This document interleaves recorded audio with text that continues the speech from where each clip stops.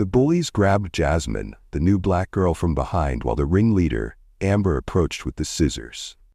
With a series of quick cuts, chunks of Jasmine's hair fell to the bathroom floor.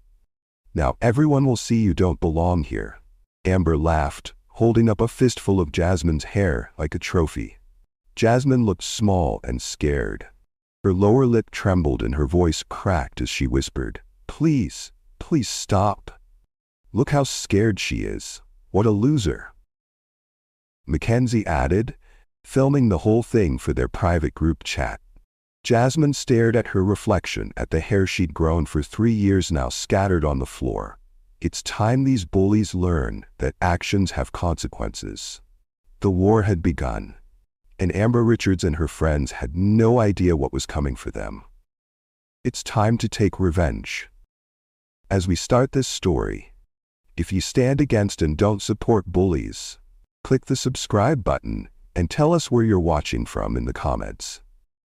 A busy high school hallway at Westridge High, the kind where social status is everything and newcomers are sized up within seconds. That's where this story begins, with 17-year-old black girl, Jasmine Walker, navigating her first day as the new girl. She walked with her head down, books clutched tightly to her chest, trying to blend into the background. A skill she'd mastered after moving schools twice in the past 2 years. But blending in isn't always an option when you've caught the attention of Amber Richards and her posse. As Jasmine rounded the corner toward her locker, a perfectly timed shoulder check from Amber sent her books scattering across the polished floor. The hallway fell silent as Amber's laughter echoed off the lockers.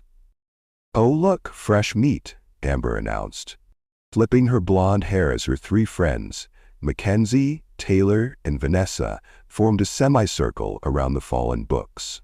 Students nearby suddenly found other places to be, scurrying away like mice when a cat enters the room. Jasmine knelt to gather her things, her eyes briefly flashing with something that didn't match her timid posture, a controlled fury that vanished as quickly as it appeared. Anyone paying close enough attention might have noticed the way her hands steadied, how her breathing remained calm despite the humiliation. "Maybe you got lost?" Amber said, her voice dripping with fake concern. "The public school is across town." Her friends snickered on cue, like they'd rehearsed this routine dozens of times before. Which of course they had. Jasmine collected the last of her papers, stood up and looked Amber directly in the eyes. "I'll remember you," she said quietly, a mysterious smile playing at the corners of her mouth. For just a second, Amber's confidence wavered. Something about that smile felt off. But the moment passed, and Amber shrugged it off as the bell rang. What Amber and her friends didn't know, what nobody at Westridge High knew, was exactly who they'd just messed with. That evening, in the modest rental home she shared with her father, Jasmine unpacked the last of her boxes. Beneath layers of clothes and books were the trophies, regional MMA championship trophies that she carefully placed in the back of her closet, hidden from view. In her last 2 schools, her fighting abilities had become public knowledge. At the first, she'd been celebrated. At the second, feared and isolated after defending herself too effectively against a group of boys who wouldn't take no for an answer. The basement had been converted into a small home gym, where Jasmine now stood before a heavy punching bag. Her transformation was immediate and complete. Gone was the shy, awkward new girl. Her stance widened, her shoulders squared, and her fists became precision instruments. Each punch landed with expert control, each kick demonstrated years of disciplined training. The chains holding the bag creaked under the force of her strikes. Her father appeared at the bottom of the stairs, watching with pride and concern. Staff Sergeant James Walker had raised his daughter alone after his wife's death, bringing her with him through 3 military reassignments. He'd taught her to fight when she was just 8 years old, never imagining she'd become better than her teacher. "Remember our promise," he said, his deep voice filling the basement. No fighting at the new school, no matter what. Jasmine paused, breathing hard. I know, Dad. I'm serious, Jas, after what happened at Lincoln High. You need to blend in this time, her father continued. No drawing attention with your abilities. Give yourself a chance at a normal high school experience for once. I know, Dad. I'll act like everyone else, Jasmine assured him, even as she threw one final punch that broke the chain holding the bag, sending it crashing to the floor. They both stared at it, then burst into laughter. Maybe dial it back a bit more than that. Her father chuckled. The next day in PE class, Jasmine executed her blend-in strategy to perfection. When the volleyball came her way, she fumbled dramatically, her coordination suddenly that of a newborn giraffe. She tripped over her own feet during sprints and couldn't manage a single push-up, despite the defined muscles hiding beneath her baggy clothes. Her classmates exchanged glances that ranged from pity to amusement, exactly the reaction she needed. Nobody suspects the clumsy girl. Meanwhile, Amber Richards and her inner circle ruled Westridge High like it was their personal kingdom. All daughters of the town's wealthiest families, they moved through the school with an untouchable aura. Mackenzie Chen, social media queen with 200K followers, documenting her perfect life. Taylor Wilson, the team captain whose father donated the school's athletic center.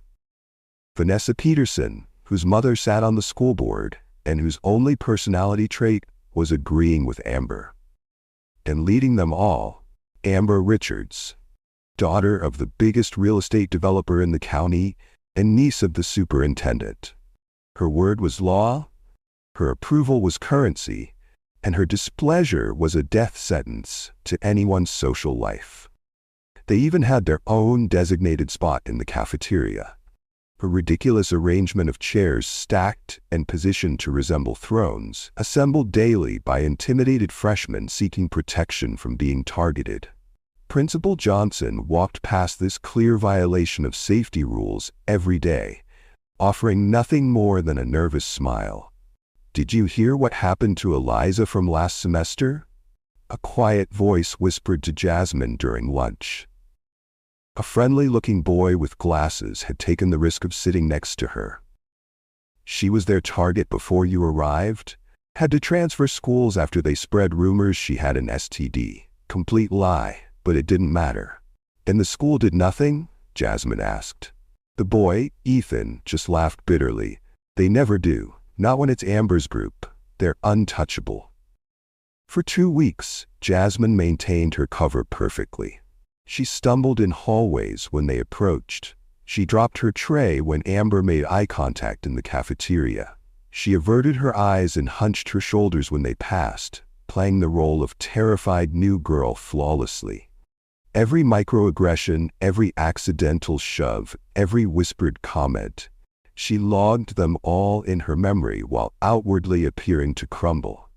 She's pathetic, Amber commented to her friends as they watched Jasmine pretend to struggle with her locker combination. I almost feel bad. Almost. Time to up our game, though. She's too easy.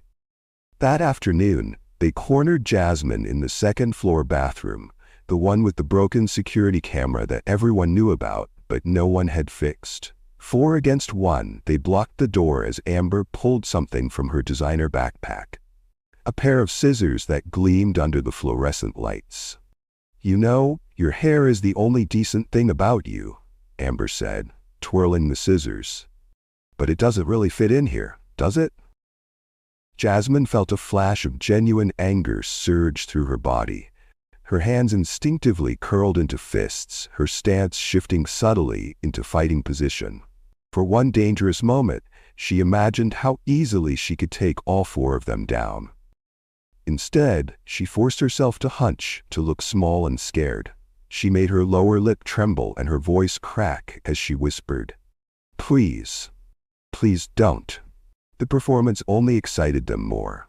Taylor grabbed Jasmine from behind while Amber approached with the scissors. With a series of quick cuts, chunks of Jasmine's hair fell to the bathroom floor. Now everyone will see you don't belong here. Amber laughed, holding up a fistful of Jasmine's hair like a trophy. "Look how scared she is." "What a loser," Mackenzie added, filming the whole thing for their private group chat. They left Jasmine there, surrounded by pieces of her hair, their laughter echoing down the hallway. The moment the door closed behind them, something changed. Jasmine straightened to her full height, her eyes clear and focused, no sign of tears. Her hands stopped trembling. She looked at her reflection, the choppy, uneven hair, and her expression hardened. With a controlled movement that would have shocked anyone who had seen her fumbling in PE class, Jasmine drove her fist into the metal stall door. The impact left a perfect dent in the shape of her knuckles. The metal warped like it had been hit with a hammer rather than a teenage girl's hand. She pulled out her phone and called her father. "Dad," she said, her voice completely transformed from the meek whisper she'd been using at school. "I've kept my promise, but I can't do this anymore." She stared at her reflection, at the hair she'd grown for 3 years now scattered on the floor. It's time they learn actions have consequences. The war had begun, and Amber Richards had no idea what was coming for her. Have you ever dealt with bullies who thought they were untouchable? Share your experience in the comments and paste. Hit that subscribe button right now so you don't miss the next part of this story, where Jasmine starts planning the perfect revenge. The weekend after the bathroom incident gave Jasmine time to think. She sat in her bedroom Saturday morning, staring at her reflection, running her fingers through what remained of her hair. Her father had taken her to a salon the previous evening, where a sympathetic stylist had transformed the choppy mess into a short, stylish cut that framed her face beautifully. It wasn't what she would have chosen, but it worked. "You actually look more like a fighter now," her father had commented on the drive home, his voice a mixture of pride and concern. Jasmine hadn't responded. She was already plotting.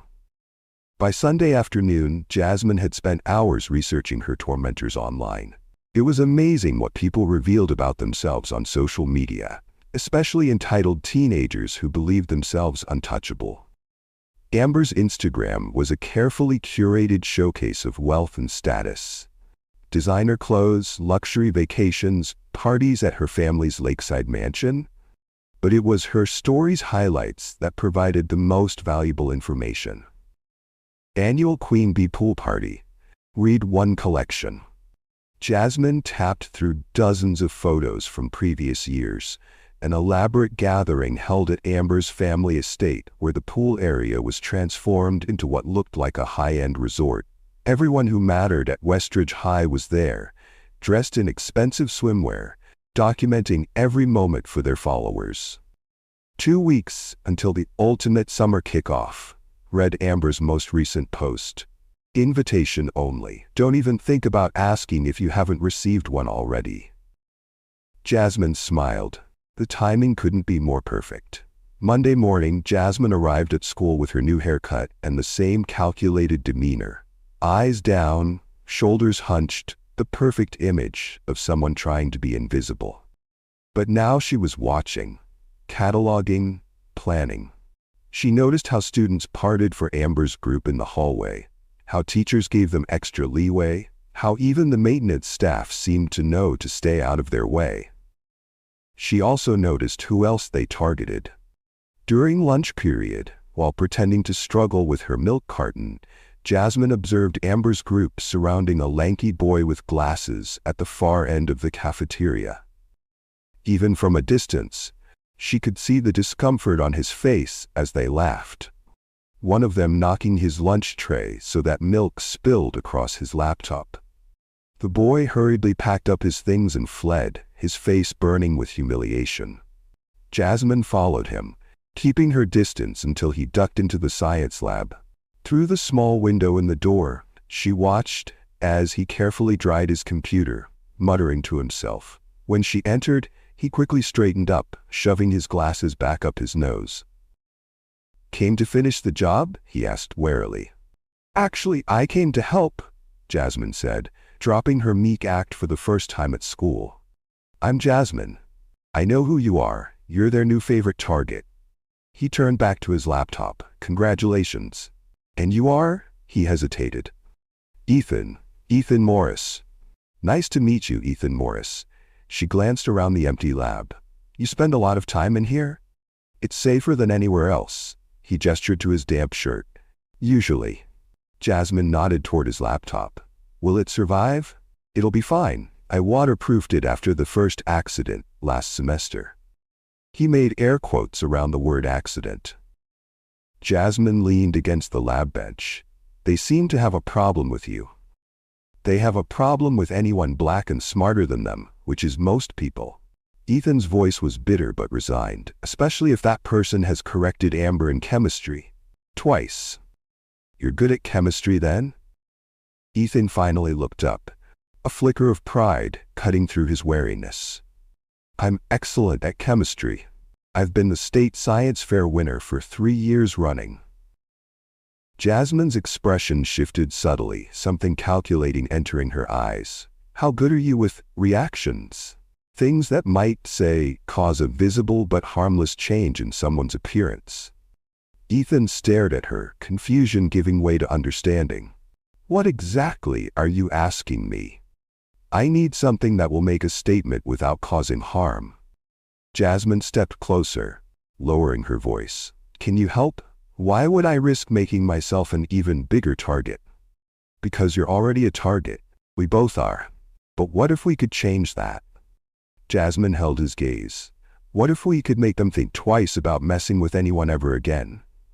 For a long moment, Ethan just looked at her, weighing his options. Finally, his posture changed, curiosity overtaking caution. "What exactly do you have in mind?" Jasmine smiled. "Something memorable and colorful." The next afternoon, after ensuring they weren't being watched, Ethan led Jasmine to a storage room connected to the science lab. Inside, shelves were lined with carefully labeled containers and equipment that clearly didn't belong to the school.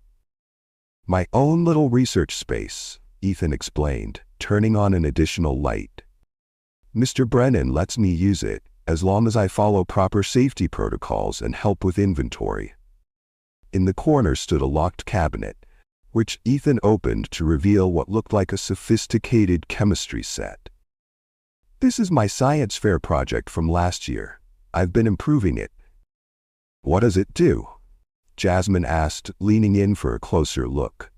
"Originally, it was designed to detect harmful chemicals in swimming pools."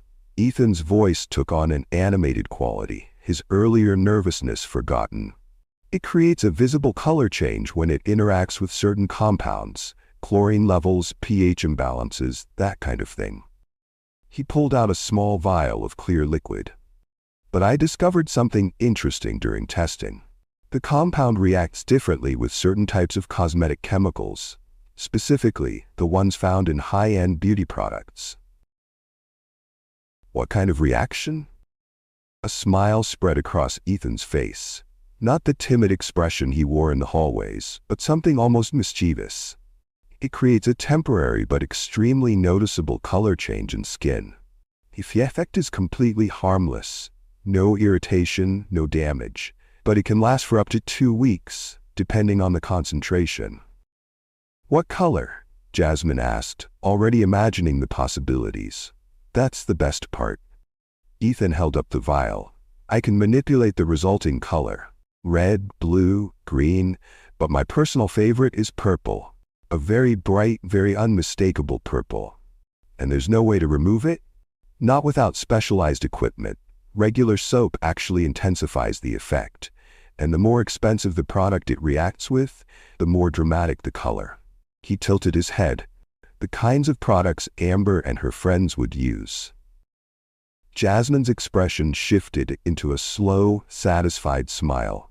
"Ethan, I think this is the beginning of a beautiful friendship." Over the next few days, they tested the compound carefully. Ethan had created small batches with different chemical properties, documenting how each reacted with samples of various beauty products. "Look at this," he said, pointing to a droplet of purple forming on a testing plate. This is what happens when it interacts with Luxe Radiance Moisturizer, Amber's favorite brand. She was showing it off in gym class yesterday. How long before the reaction is visible? Jasmine asked, watching the purple intensify. About 3 to 4 hours at body temperature, Ethan explained. The reaction starts slowly, then accelerates, especially with exposure to water. Water like a swimming pool? Exactly like a swimming pool. Chlorinated water dramatically speeds up the process and intensifies the color. Ethan's eyes lit up behind his glasses. It would start as a light tint that they might not notice right away, then gradually become more obvious, especially once they get in the pool. Jasmine nodded thoughtfully. And you're absolutely sure it's safe? No allergic reactions? No damage to their skin? Completely safe. I tested it on myself last semester. He pulled up his sleeve to reveal a faint discoloration that was almost gone. See? And that was a much stronger concentration than what we'd use. It just looks dramatic, like being stamped with an invisible ink that gradually appears.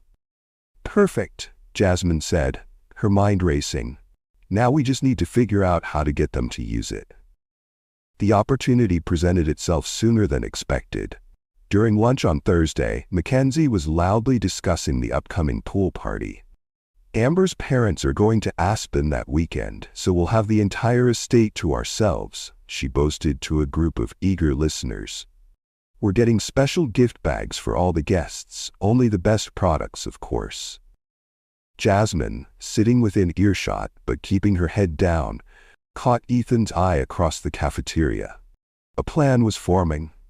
That afternoon, Jasmine accidentally encountered Amber in the hallway, dropping her books yet again. As she scrambled to pick them up, appearing flustered, she left a glossy beauty magazine open to a specific page talking about a new beauty product sold around the school so Jasmine could easily see it. The Saturday of Amber's pool party arrived with perfect sunny weather. Jasmine had spent the morning strategically positioning herself at the upscale mall, where she knew Amber would be making last-minute party preparations. The timing had to be perfect. As Amber exited the high-end boutique with shopping bags in hand, Jasmine deliberately bumped into her, making it seem accidental. "Oh, I'm so sorry," Jasmine said, maintaining her meek persona. She quickly bent down to help Amber gather the items that had spilled. "Watch where you're going," Amber snapped, then narrowed her eyes in recognition. "What are you even doing here? This isn't exactly discount store territory." Jasmine averted her gaze. "Just looking. There's this new skincare line everyone's talking about." She trailed off, then added with practiced hesitation, "Not that it matters to me, but I heard celebrities use it before events. Something about how it makes skin look amazing in photos, especially in water." Amber's interest was immediately piqued. "What's it called?" "Aqua Lumiere. It's at that pop-up by the fountain. Super exclusive." Jasmine shrugged. "Not that I'd be invited to any pool parties to try it out." The bait was set perfectly.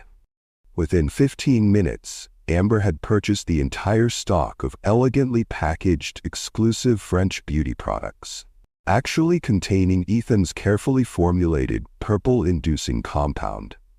As an added bonus, she was overheard telling the salesperson to prepare gift bags for her special guests. From a safe distance, Jasmine watched the transaction unfold exactly as planned. She texted Ethan immediately. Mission accomplished. She bought everything, even getting extras for her friends. "Perfect timing," came his reply. "The compound should start reacting about 2 hours after application, with peak color at hour 4. Later that afternoon, Jasmine positioned herself at a cafe across from Amber's sprawling mansion. Through social media updates, she watched the party unfold in real time. Amber's Instagram story showed her and her 3 friends applying their exclusive pre-pool treatment in Amber's marble bathroom. "Did they use it?" Ethan texted anxiously. "All of them. Generously," Jasmine replied with a satisfied smile. The pool party was in full swing by 3 p.m.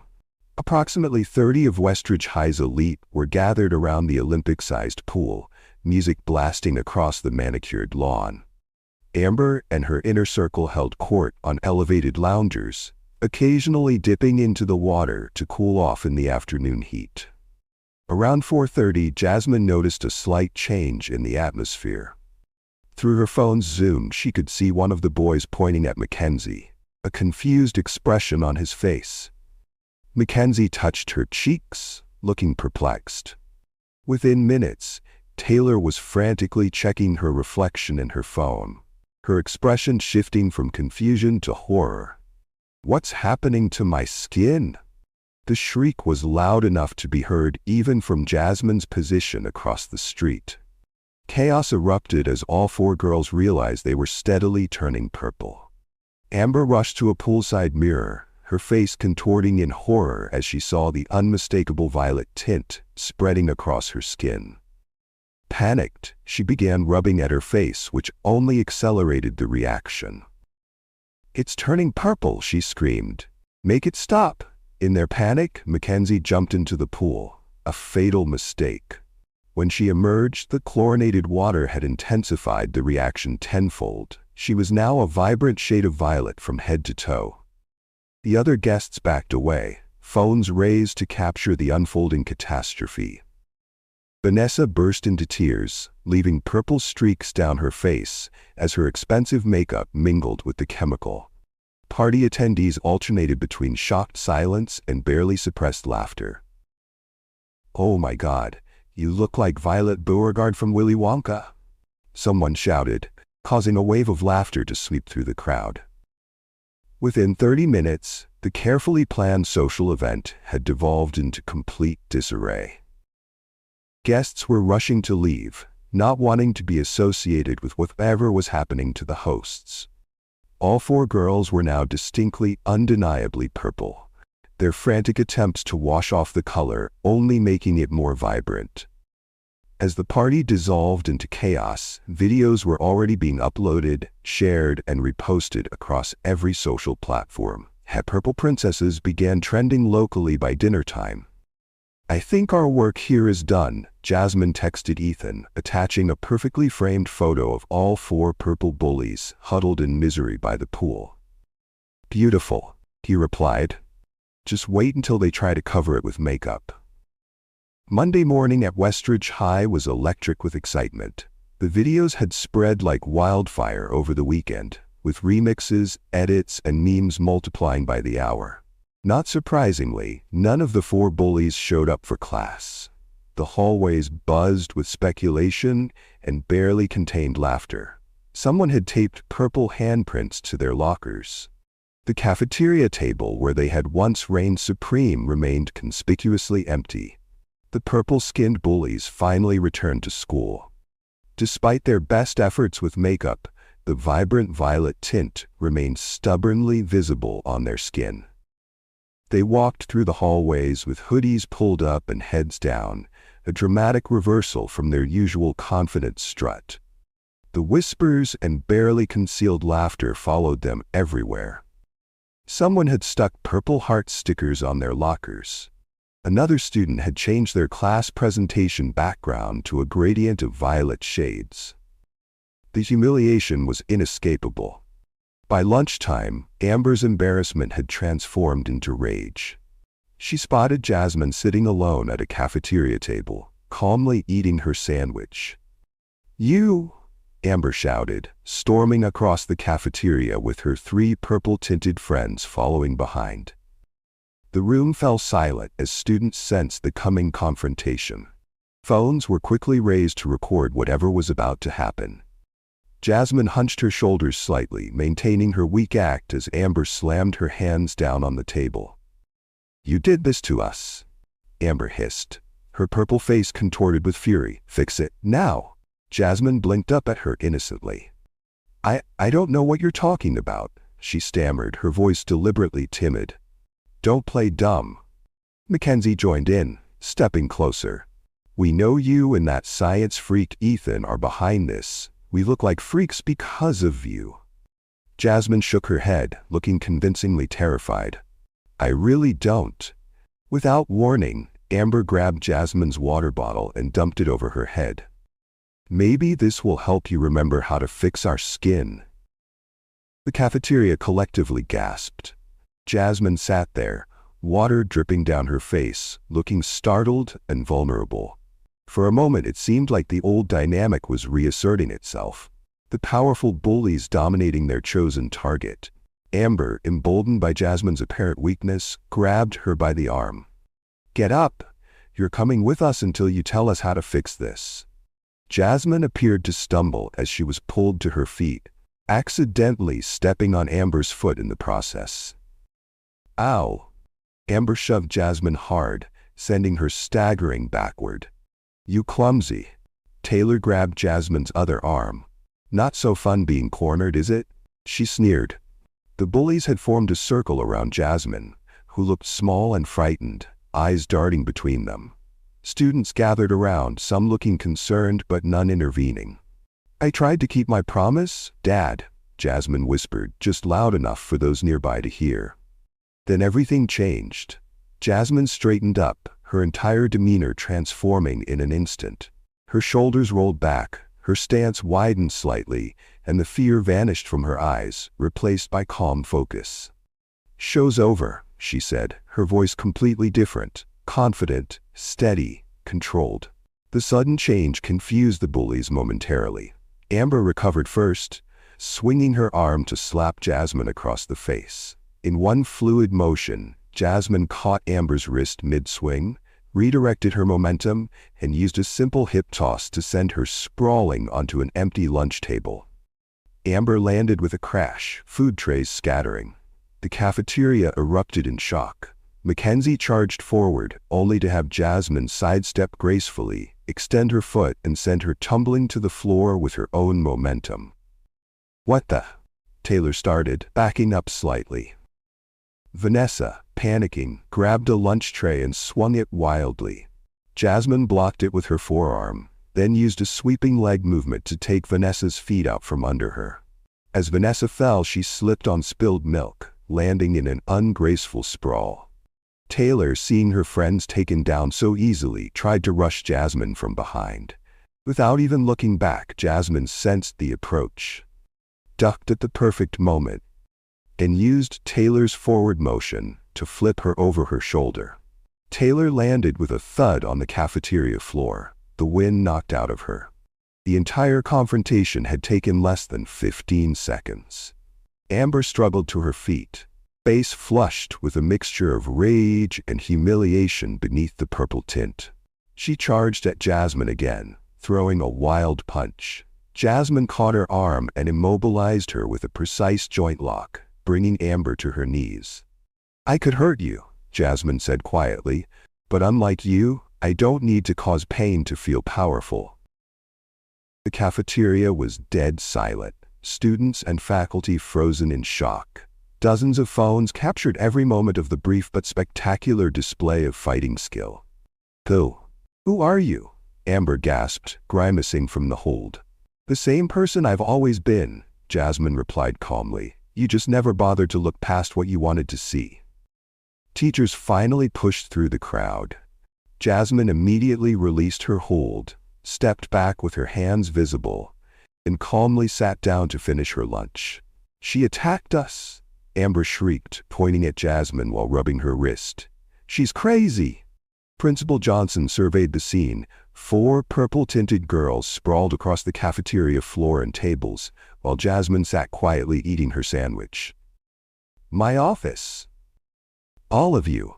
Now," he bellowed, pointing at Jasmine and the 4 bullies. As they marched through the hallways toward the administrative offices, whispers followed them like wildfire. Jasmine walked tall, her posture completely transformed from the meek, stumbling girl everyone thought they knew. Behind her, Amber and her friends shuffled along, their purple skin now complemented by red marks from where they'd hit tables, walls, and floors during their failed attack. "Did you see that? Where did she learn to fight like that? Did you get it on video? She didn't even throw a punch." The look on Amber's face. Principal Johnson separated them immediately upon arrival. placing Jasmine in his office while sending the 4 bullies to the conference room with Vice Principal Matthews. The gravity of the situation was clear from the grim expressions of the staff, who'd undoubtedly witnessed countless confrontations over the years, but nothing quite like this. "Miss Walker," Principal Johnson began as he closed his office door, "would you care to explain what just happened in my cafeteria?" Jasmine sat calmly, her hands folded in her lap. "They attacked me, sir. I defended myself. That was not standard self-defense, young lady. That was—" he struggled to find the words, "professional-level combat skills. Yes, sir, I'm a trained MMA fighter. I have been since I was 9 years old." The principal blinked, clearly recalibrating his assessment of the new student sitting before him. "And the purple condition afflicting Miss Richards and her friends? I suppose that's just a coincidence?" A ghost of a smile flickered across Jasmine's face. "I wouldn't know anything about that, sir." Principal Johnson leaned back in his chair, studying her. "Miss Walker, I've been an educator for 27 years. I know when I'm being played." He sighed deeply. "I also know when a student has been pushed too far." The principal steepled his fingers, his expression unreadable. "Miss Walker, fighting in school is grounds for immediate suspension regardless of the circumstances." Jasmine nodded, resigned. "I understand, sir. However," he continued, "from the multiple student videos already circulating, and yes, I'm aware of them, it appears you were indeed attacked first and used only defensive maneuvers." He pulled out another file. "And then there's this." He opened the folder to reveal printouts of incident reports, dozens of them, all involving Amber and her friends, all marked "resolved without action" or "insufficient evidence." "Did you know my daughter attended Westridge until last year?" Principal Johnson asked conversationally. Jasmine shook her head, unsure where this was going. "She transferred to private school after Amber Richards and her friends made my daughter's life so miserable that she developed anxiety so severe she couldn't walk through these doors without having a panic attack." His voice remained professional, but Jasmine could hear the underlying pain. "As her father, I wanted to intervene. As principal, with Miss Richards' parents on the school board and her uncle as superintendent, my hands were tied." He closed the folder with a decisive snap. "Sometimes the system fails students. Sometimes it takes someone willing to stand up to bullies to make people see what's been happening right under their noses." Principal Johnson stood and walked to the window overlooking the courtyard, where students were gathered in excited clusters, undoubtedly discussing what had transpired in the cafeteria. "I am going to issue you a formal warning for fighting on school grounds," he said finally. "It will go in your record. This is non-negotiable." "I understand," Jasmine repeated. He turned back to face her. "The school has a zero-tolerance policy for violence. Of course, we should also have a zero-tolerance policy for bullying, but some policies are more consistently enforced than others." The corner of his mouth twitched slightly. "Consider yourself warned, Miss Walker. Don't make a habit of it."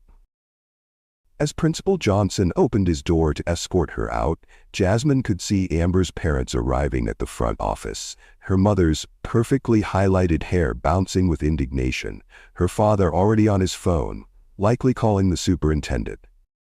"Mr. and Mrs. Richards," Principal Johnson greeted them coolly. "Just in time. We have much to discuss about your daughter's behavior." "Her behavior?" Mrs. Richards sputtered, pointing at Jasmine. This girl assaulted Amber. We want her expelled immediately." "Mrs. Richards, I have over 30 videos from different angles showing your daughter and her friends attacking Miss Walker without provocation. Miss Walker defended herself without throwing a single punch." His voice was calm but firm. "I suggest we discuss this in my office, after you've viewed the footage." As Jasmine walked past, Mrs. Richards recoiled slightly, as if expecting another display of fighting prowess. Mr. Richards, however, had gone pale, his phone call forgotten as one of the office assistants showed him a video on her computer monitor. Is this what really happened?" he asked, his authoritative voice suddenly uncertain. Jasmine left them there, stepping into the hallway just as classes changed. The normal bustle of students moving between rooms slowed, then stopped as everyone noticed her. For a moment the hallway was silent, just as the cafeteria had been. Then someone started to clap. It began with a single person, Ethan, standing by his locker. Then another student joined in, and another. The applause spread down the hallway like a wave, punctuated by cheers and whistles. Students she'd never spoken to gave her thumbs up or respectful nods as she passed. By the end of the day, the school felt different. The hierarchy that had seemed so rigid and immutable that morning had been completely upended by lunch. Amber's throne in the cafeteria had been disassembled, with regular students now sitting in the space that had been forbidden territory for years. When the final bell rang, Jasmine found a crowd waiting at her locker. Rather than the fear this might have triggered that morning, she felt a calm curiosity as she approached. A sophomore girl stepped forward nervously. "Is it true you know martial arts? Like real fighting?" Jasmine nodded. "I've trained in mixed martial arts since I was 9. "Could you?" The girl hesitated, then pushed on. "Could you teach some of us? Just basic stuff for self-defense?" Before Jasmine could answer, more students chimed in. "That move you used on Amber, could anyone learn that? I recorded the whole thing to study it, but I can't figure out the technique. My little sister gets pushed around all the time. I'd love to show her how to stand up for herself." Jasmine looked at their eager faces. Many of them students who'd previously scurried away when Amber approached, who'd kept their heads down just like she had pretended to do. Now they were looking at her with something new in their eyes. Hope. "I'm not a certified instructor," Jasmine said carefully, "but I could show you some basic defensive moves. Nothing aggressive, just how to protect yourselves if someone comes at you." The excitement this generated was palpable. Plans were quickly made for an informal session at the park that weekend. As the crowd dispersed, Ethan approached with a barely suppressed grin. "So, championship fighter Jasmine emerges from hiding. Gotta say, it's a much better look on you than scared new girl." Jasmine laughed. "Feels better too. Hunching all the time was killing my back." "You know this changes everything, right?" Ethan glanced around at the transformed atmosphere of the hallway. "There's no going back to how things were." "Good," Jasmine said firmly. It needed to change. Meanwhile, the school grapevine worked with remarkable efficiency. By the next morning, everyone knew that Amber and her friends had been suspended for a week, a punishment many considered shockingly light given their actions, but still unprecedented in the history of their reign. The purple skin, however, was proving to be a much longer-lasting consequence. Despite their best efforts with makeup, which, as Ethan had predicted, only reacted with the compound to create an even more vibrant purple, the distinctive color persisted. Their absence from school only fueled the legend that was rapidly forming around the confrontation. The videos had spread far beyond Westridge High, reaching neighboring schools and even local news outlets. One particularly well-edited version had over 2 million views by Wednesday morning, with comments flooding in from around the country. Purple bullies get exactly what they deserved. Can we talk about how she didn't throw a single punch but still destroyed them? New student pretends to be weak, turns out to be MMA fighter is my new favorite genre. When Jasmine's father saw the videos, his initial anger quickly gave way to understanding. Staff Sergeant Walker had raised his daughter to stand up for what was right, even when it was difficult. "I wish you'd told me how bad it had gotten," he said as they sat at their kitchen table. "We made that promise thinking it would protect you, not leave you vulnerable. I kept it as long as I could," Jasmine assured him, "and I didn't hurt anyone." Her father snorted. Their pride might disagree. He shook his head with reluctant admiration. The purple thing, though, that was creative. Harmless but effective. I had help with that part, Jasmine admitted. Turns out I'm not the only one they've been tormenting. For the rest of the week, Jasmine adjusted to her new reality at Westridge High. No longer pretending to be clumsy, she moved with natural grace. No longer hunching to seem smaller, she stood at her full height. In PE class, where she'd previously fumbled and stumbled intentionally, she now participated fully, though she was careful not to show off. The weekend self-defense session in the park drew over 30 students. Jasmine kept it simple, focusing on basic blocks, proper stance, and how to escape common holds. The kinds of techniques that could help someone get away from a bad situation without escalating to violence. Remember, she told the group as they practiced, the goal isn't to fight. It's to be confident enough that people think twice about targeting you in the first place. By Monday, anticipation hung in the air like an electrical charge. Everyone knew Amber and her friends would be returning from suspension, and no one could predict exactly how they would handle their spectacular fall from social grace. When they finally appeared, the transformation was striking. Gone were the designer outfits and confident struts. The four girls shuffled through the front doors wearing hoodies, pulled up despite the warm weather, their purple skin still visible despite layers of makeup. They kept their eyes down, a dramatic reversal from their previous behavior, and flinched whenever someone laughed nearby, assuming it was directed at them. They had planned to stay together for safety in numbers, but that strategy immediately backfired. As a group, they were instantly recognizable as the purple bullies from the viral videos. By mid-morning, they had separated, each trying to navigate the day with as little attention as possible. It didn't work. Whispers and pointed fingers followed them everywhere. Someone had created Purple Rain t-shirts with silhouettes of the four girls running from a single standing figure. Another student had changed the choir's sheet music for practice to include Purple People Eater and Deep Purple medleys. The cruelest irony was that they were now experiencing exactly what they had inflicted on others for years: the whispers, the laughter, the social isolation. Every insecurity they had weaponized against others was now turned back on them. By lunchtime, Vanessa was crying in the bathroom. Taylor had called her mother to pick her up early. Mackenzie had retreated to the library, hiding behind a book she wasn't reading. But Amber, the ringleader, the queen bee, had one final card to play. She cornered Jasmine at her locker, her purple-tinged face contorted with rage and humiliation. "You think you've won?" she hissed, keeping her voice low to avoid drawing attention. "My father is on the phone with his lawyer right now. We're suing you for assault, for defamation, for emotional distress. We're going to own everything your family has." Jasmine closed her locker calmly. "Are you threatening me, Amber?" "It's not a threat. It's what's going to happen." Amber's voice shook with barely controlled fury. "You'll regret ever crossing me." "I have 37 videos showing you attacking me first," Jasmine replied evenly.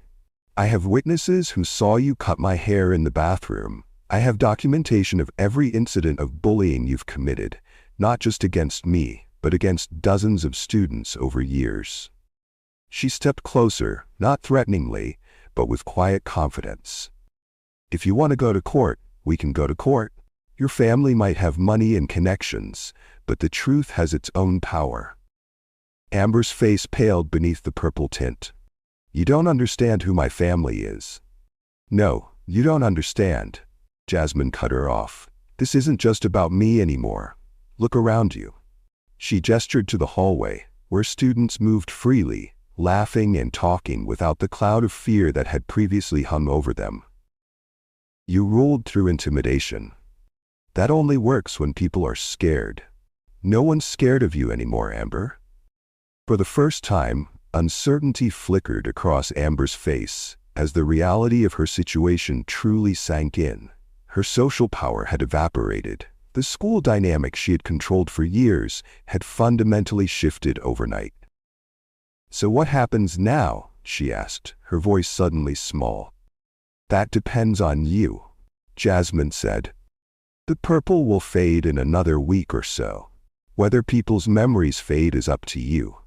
You can transfer schools and start fresh somewhere else, or you can stay here and learn what it's like to be treated with the same respect you give others." Just then, a group of freshmen walked by. One of them spotted Amber and nudged her friend, both of them giggling before hurrying away. Amber's shoulders slumped as she watched them go. "It's not fair," she whispered. "No, it's not," Jasmine agreed. "But neither was what you did to everyone else." Later that afternoon, as Jasmine walked to her car in the student parking lot, she noticed Taylor sitting alone on a bench, staring at her phone. Unlike Amber, who had responded to humiliation with anger and threats, Taylor seemed simply lost. Jasmine hesitated, then changed direction to approach her. "Hey," she said. Taylor looked up, startled. When she recognized Jasmine, she visibly tensed. "If you're here to gloat—" "I'm not," Jasmine interrupted. "I just wanted to say, the purple will be completely gone soon. This doesn't have to define you forever." Taylor laughed bitterly. "Easy for you to say. You're the hero in this story. There are no heroes or villains in real life, Taylor. Just choices and consequences." Jasmine sat on the opposite end of the bench. "You chose to follow Amber. You chose to participate in hurting people. Those were bad choices." "I know that," Taylor muttered, surprising Jasmine with her admission. Over the next few weeks, the dynamic at Westridge High continued to evolve. Amber eventually transferred to a private school, unable to face the daily reminder of her fall from grace.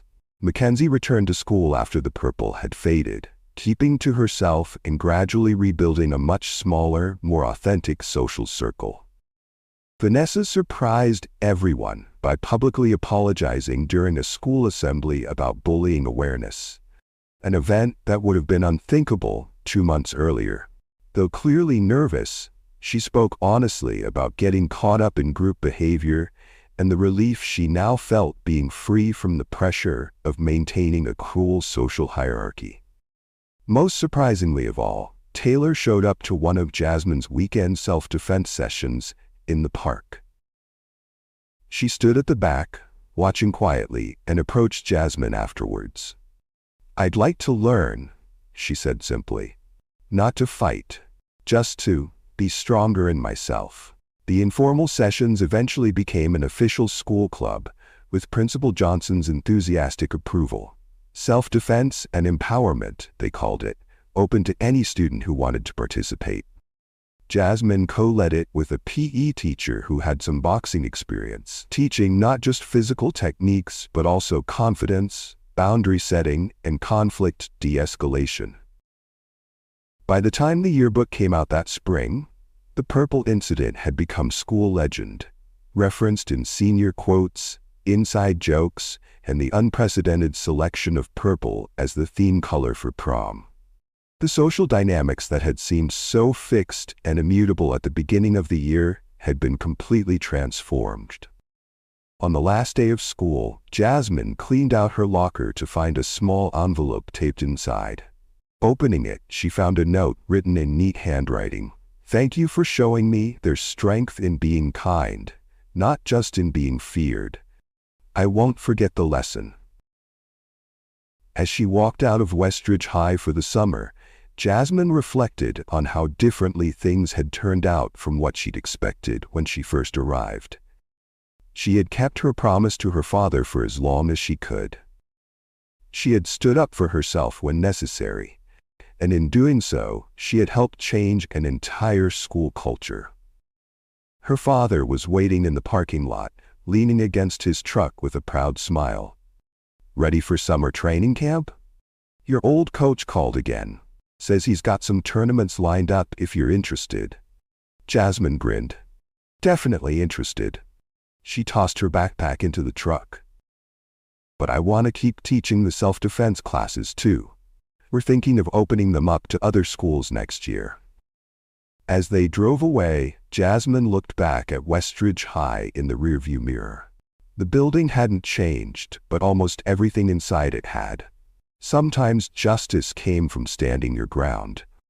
Sometimes it came from revealing your true strength after being underestimated.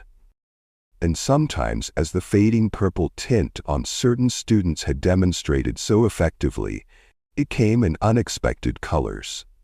If you enjoyed this story of sweet karma and standing up to bullies, make sure you hit that subscribe button right now and share it with others so they can learn and enjoy. See you in my next video.